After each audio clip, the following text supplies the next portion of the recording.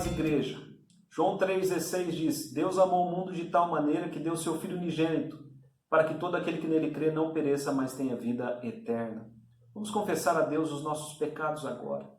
Cremos nesse Deus amoroso, que enviou o seu Filho para nos dar o perdão e a salvação.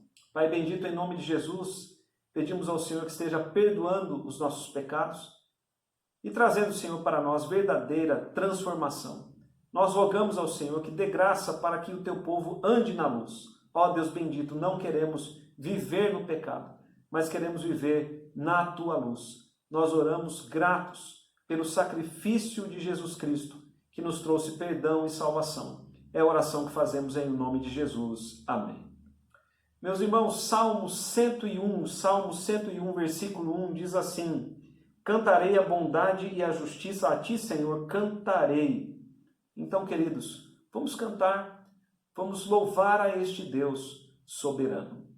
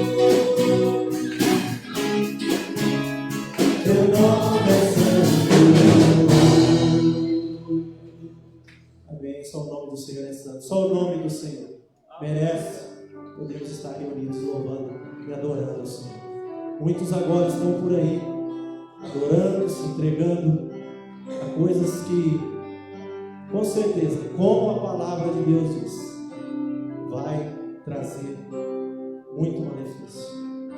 E nós devemos estar aqui em intercessão. No momento que estamos orando, cantando, estamos orando também, intercedendo, para que o Senhor guarde os nossos filhos, nossos irmãos, os nossos familiares, aqueles que nem conhecemos, para que o Senhor possa fazer uma grande obra na vida desses. Amém?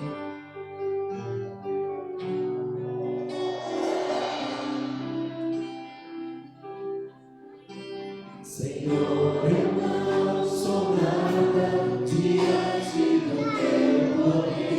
Nós não somos merecedores do amor dele.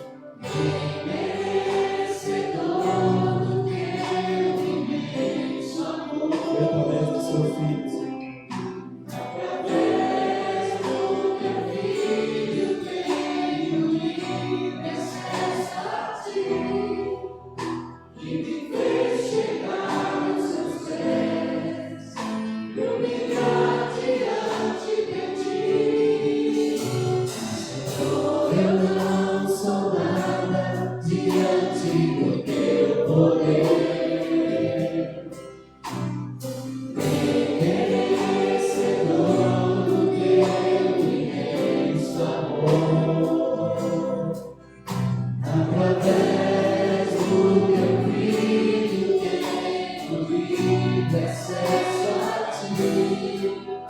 Que me fez chegar aos teus pés e humilhar diante de ti. Deixa teu rio passar em minha vida e curar minhas feridas, sarar as minhas dores. Livra-me, ó Deus, das cadeias que me prendem. Toca em minha alma, faz em mim o teu querer.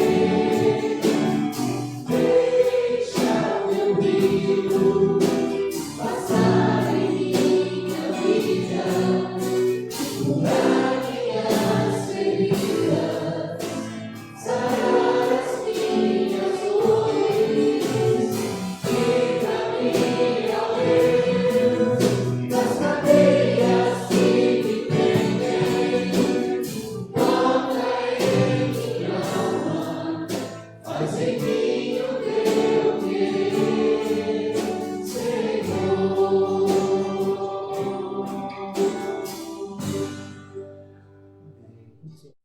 Meus irmãos, para a mensagem de hoje, vamos abrir a palavra do Senhor na primeira epístola de Pedro, no capítulo de número 1. Primeira epístola de Pedro, capítulo de número 1. Nós trouxemos uma mensagem a respeito da salvação. A primeira mensagem que nós pregamos neste capítulo, nós falamos a respeito da salvação e das bênçãos que vêm desta salvação. Na segunda mensagem que pregamos aqui neste capítulo, falamos a respeito do que muda na vida daquele que foi salvo. Nós levantamos a seguinte questão: fui salvo por Deus. O que muda agora em minha vida? E hoje nós vamos encerrar aqui o capítulo 1 da primeira epístola de Pedro, falando sobre um tema importantíssimo: o amor cristão. O amor se envolve, é vivo, é caloroso. Nós fomos salvos pelo amor de Deus. João 3,16 diz que Deus amou o mundo de tal maneira que deu o seu Filho unigênito, para que todo aquele que nele crê não pereça, mas tenha vida eterna. A Bíblia diz que Deus nos amou quando nós ainda éramos pecadores, ou seja, nós estávamos numa condição deplorável, numa condição lamentável, sujos pelo pecado. Mas Deus, ele nos amou quando nós estávamos nessa situação de pecado. E nós amamos a Deus porque Ele nos amou primeiro. E agora aquele que foi alcançado por Deus, aquele que foi transformado por Deus, é feito por Ele um canal desse amor. Vamos ler as Escrituras. 1 Pedro, capítulo de número 1, do versículo 22 a 25. Pedro diz assim: tendo purificado a vossa alma pela vossa obediência à verdade, tendo em vista o amor fraternal não fingido, amai-vos de coração uns aos outros ardentemente. Pois fostes regenerados, não de semente corruptível, mas de incorruptível, mediante a palavra de Deus, a qual vive e é permanente. Pois toda a carne é como a erva, e toda a sua glória como a flor da erva. Seca-se a erva e cai a sua flor. A palavra do Senhor, porém, permanece eternamente. Ora, esta é a palavra que vos foi evangelizada. Vamos orar? Pai querido, em nome de Jesus Cristo, nós nos colocamos diante de Ti e rogamos a Tua bênção para o Teu povo. Rogamos que o Senhor fale ao coração do Teu povo, pela Tua palavra e pelo Teu Espírito. Rogamos, Pai, em nome de Jesus Cristo, que haja edificação, fortalecimento da fé e salvação. nós rogamos, ó Pai, para que o Senhor nos encha deste amor cristão, que estaremos falando agora. Em nome de Jesus nós oramos. Amém. Embora pouco pregado, esse é o principal tema das Escrituras. Digo pouco pregado porque esse amor não busca benefícios e sim beneficiar. Os pregadores modernos, não digo todos, preferem uma mensagem que desperte nos ouvintes o benefício próprio. Certamente, queridos, precisamos aprender com Cristo e com os apóstolos a respeito do amor cristão. E Pedro nos fala aqui sobre esse amor. Pedro nos fala nesse texto a respeito do amor cristão. Nós podemos falar e falaremos das qualidades desse amor, mas é difícil defini-lo. Por isso, na mensagem de hoje, diremos como esse amor se comporta e qual é a sua base, qual é a sua fonte. Nesta passagem, Pedro nos leva a refletirmos a respeito de 7 pontos. 7 pontos sobre o amor cristão. Então, queridos, vejamos sobre o amor cristão. Primeiramente, o amor cristão ele é fraternal. Veja ali o versículo de número 22. Pedro nos diz ali que nós devemos amar com amor fraternal. O amor entre os crentes deve ser um amor assim, fraternal, ou seja, amor entre irmãos. Isso acontece desde que tivemos as nossas almas purificadas pela nossa obediência à verdade. Veja ali o início do versículo 22, capítulo 1, versículo 22 de 1 Pedro. O apóstolo diz assim: tendo purificado a vossa alma pela vossa obediência à verdade, tendo em vista o amor fraternal. O que Pedro ele quer dizer aqui, é o que ele diz aqui, é que uma vez que nós obedecemos à verdade, ou seja, uma vez que nós atendemos ao Evangelho, uma vez que nós obedecemos ao Evangelho de Cristo, a nossa alma ela foi purificada. Pedro conta aqui que a alma daqueles que creram, ela já foi purificada. Nós obedecemos à verdade, nós recebemos a Cristo. E aqui fica um ponto interessante, um ponto importante. Porque aqueles que não receberam a Cristo, eles continuam em desobediência. E eles continuam, por assim dizer, com as suas almas sujas pelo pecado. Mas aqueles que receberam Jesus pelo sangue de Cristo também receberam a purificação da alma, queridos. E uma vez que isso acontece, nós somos irmãos. E nós devemos ver os demais crentes também como irmãos, como aqueles que atenderam ao Evangelho, que obedeceram à verdade e receberam a purificação de suas almas. Nós não somos irmãos de sangue, mas somos irmãos da fé. Temos a mesma fé em Cristo, nosso Senhor. No Novo Testamento, o tratamento geral entre os crentes é de irmãos. E é assim que devemos ver uns aos outros, como irmãos. E é assim também que devemos amar uns aos outros, como irmãos. É estranho para aqueles que estão de fora. E eles veem, então,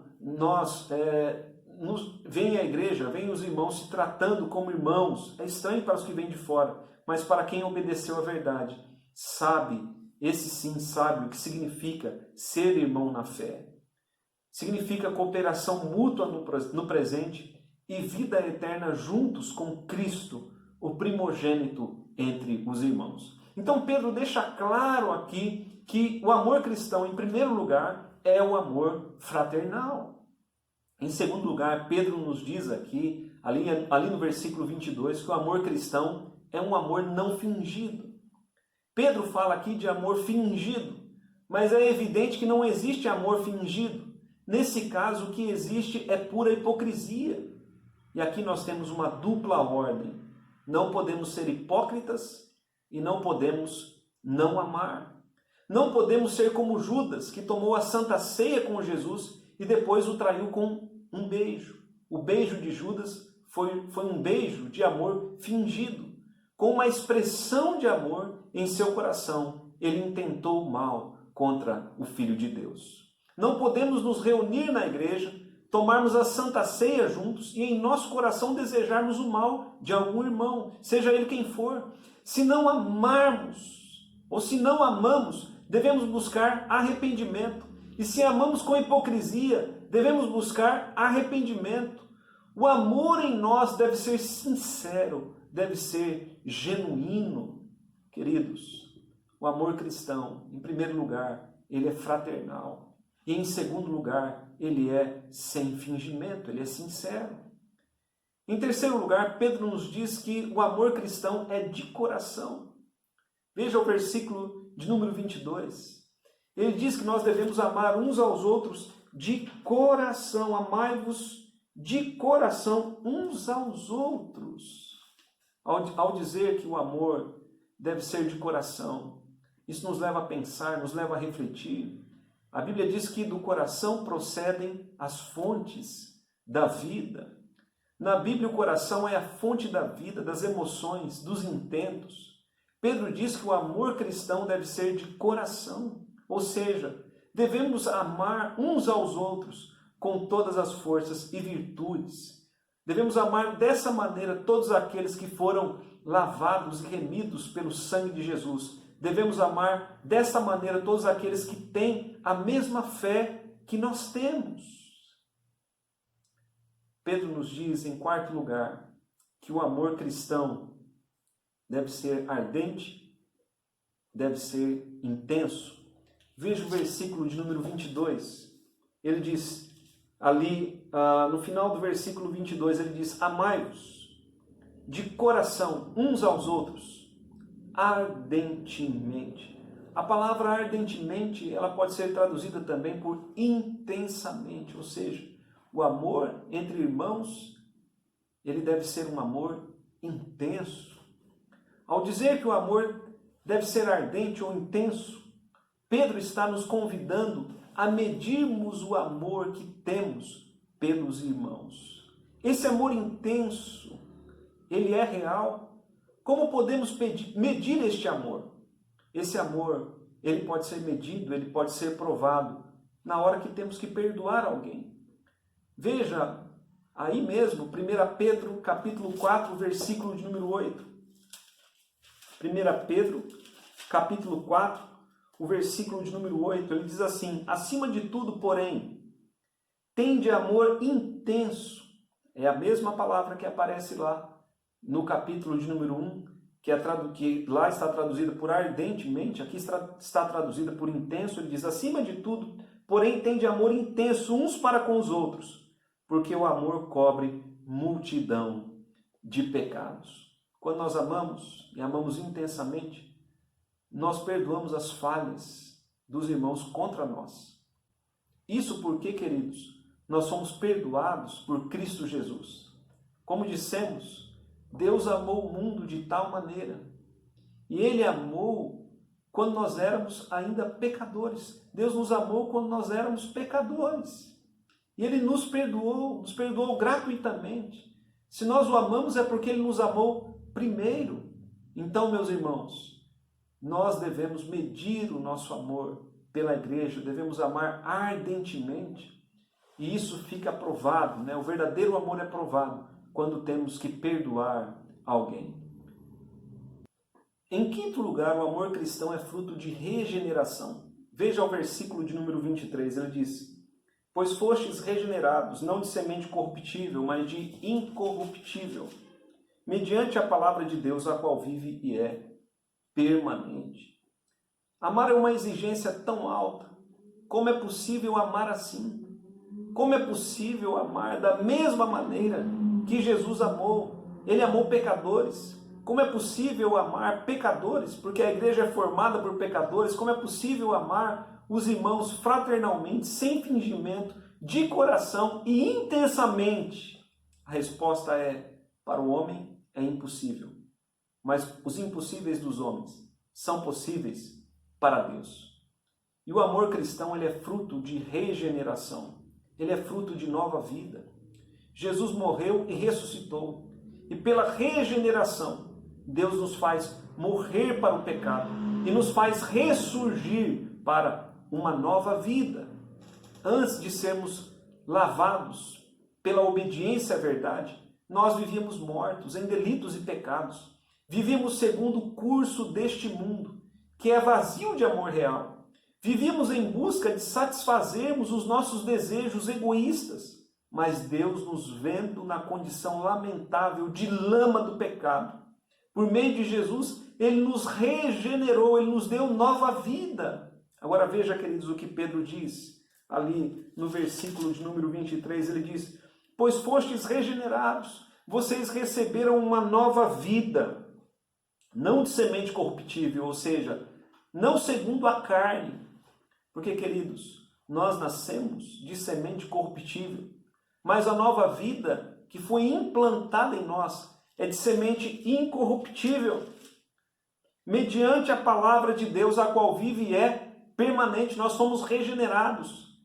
Deus, Ele agiu em nossas vidas. Ele nos deu nova vida através da pregação do Evangelho, que nos transformou completamente. E agora, porque fomos transformados, podemos amar da maneira como as Escrituras exigem aqui. E é só por isso, porque fomos regenerados, que é possível amarmos assim. Regeneração é nova vida, regeneração é uma mudança sobrenatural operada por Deus em nós. Você que foi transformado por Cristo, você foi transformado sobrenaturalmente. E é na regeneração que Deus enxerta em nós o fruto do Espírito, que manifesta o amor de Deus. Só então somos capazes de amar da maneira como Pedro nos exorta. Queridos, o amor cristão, ele é fruto de regeneração. Em sexto lugar, o amor cristão é fruto da mudança de valores que vem da nova vida. Veja o versículo de número 24. Pedro diz assim: pois toda a carne é como a erva, e toda a sua glória é como a flor da erva. Seca-se a erva e cai a sua flor. Pedro está citando o profeta Isaías. Ele não está mudando de assunto. O assunto aqui é a respeito do amor cristão. Amar como Deus requer é fruto de regeneração, é fruto de conversão, é fruto de uma transformação radical de mente e coração. Você entende o que quero dizer? Aqueles que foram transformados, eles receberam de Deus em seu coração mudança de valores. Quem não ama alimenta orgulho, vaidade, egoísmo e até ódio. Isso é mundanismo. Mundanismo é uma referência ao sistema de pecado em que aqueles que não conhecem a Deus estão presos. Mundanismo faz com que os homens pensem que são alguma coisa, quando na verdade não são nada. E ainda que as pessoas digam, nós não somos nada, elas vivem como se fossem eternas, e isso é pecado. O cristão tem mudança de mente. O Espírito Santo o leva a amar seus irmãos, pois sua mente foi transformada e ele sabe que nesse mundo ninguém é nada. Somos todos como a erva, nossos projetos, nossos bens, nossos pecados, tudo é inútil. Quando entendemos isso, buscamos amar. O que Pedro está querendo dizer é: ame fraternalmente, sem fingimento, de coração e ardentemente, pois, versículo 24, pois toda a carne é como a erva, e toda a sua glória é como a flor da erva. Seca-se a erva e cai a sua flor. Então veja, queridos, o amor cristão, ele é fruto da mudança de valores que vem da nova vida. Cristo nos dá uma nova consciência agora. Em sétimo e último lugar, o amor cristão descansa nas promessas de Deus. Veja o que diz o versículo de número 25, ele diz: a palavra do Senhor, porém, permanece eternamente. Ora, esta é a palavra que vos foi evangelizada. O mundanismo faz com que depositemos todas as nossas fichas aqui, nesta terra, nesta vida. A busca desenfreada por dinheiro, bens, títulos, honra, o que for. Mas a regeneração operada pelo Espírito Santo no cristão faz com que ele tenha toda a esperança na palavra de Deus. A nossa esperança está na palavra do Senhor. Por quê? Porque a palavra do Senhor, ela permanece eternamente. E esta é a palavra que nos foi evangelizada. Esta é a boa notícia que recebemos. Nós temos esperança de vida e de vida eterna. E sabemos, irmãos, que aqueles que têm verdadeiramente essa esperança, eles amam, porque neles verdadeiramente está e permanece o amor de Deus. Para concluir e concluindo, quero refletir com vocês alguns pontos. Primeiramente, diante de Deus façamos um autoexame. Amamos a igreja e os irmãos da igreja? Segundo lugar, amamos fraternalmente, realmente amamos fraternalmente, sem fingimento, de coração e intensamente, ardentemente. Amamos dessa maneira. Quando nós olhamos para a igreja e vemos os irmãos da igreja, nós amamos. E temos nesses dias sentido a ausência da presença dos irmãos porque nós os amamos ou estamos acomodados nesta quarentena.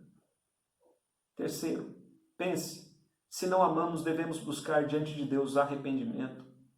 Devemos orar pelo fruto do Espírito que manifesta o amor. Se não amamos, nossa alma ainda está suja e precisamos obedecer à verdade.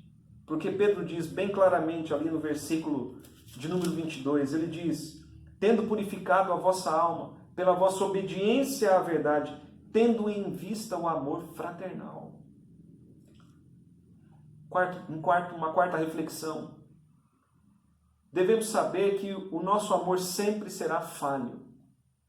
Porque alguém pode perguntar: pastor, mas a igreja, ela tem pecados, eu vejo tantas falhas, nem todos amam, nem todos são crentes de verdade, mas mesmo os crentes de verdade, eles falham em amar. Eu falho em amar. Muitas vezes falho, muitas vezes tenho que orar. E oro com frequência para que Deus me dê a graça de amar. Pois mesmo regenerados, ainda lutamos contra o pecado. Assim, enquanto estivermos neste mundo, o nosso amor sempre será com luta contra o mal que procura dominar nossos corações. A grande questão é: lutamos para amar ou estamos acomodados em não amar? Uma quinta reflexão. Amar ao próximo é o segundo na importância de mandamentos. O grande mandamento é: ama ao Senhor teu Deus sobre todas as coisas. O grande mandamento é amar a Deus.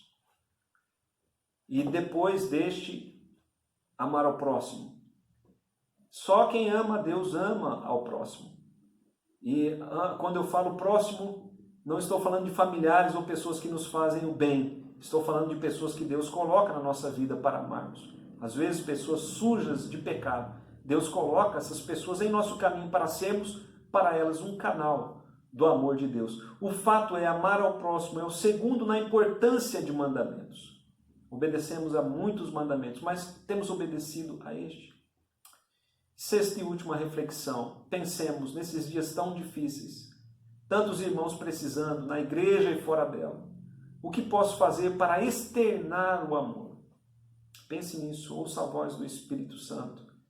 Tenho certeza que se você se colocar diante de Deus, o Espírito Santo irá movê-lo a externar o amor.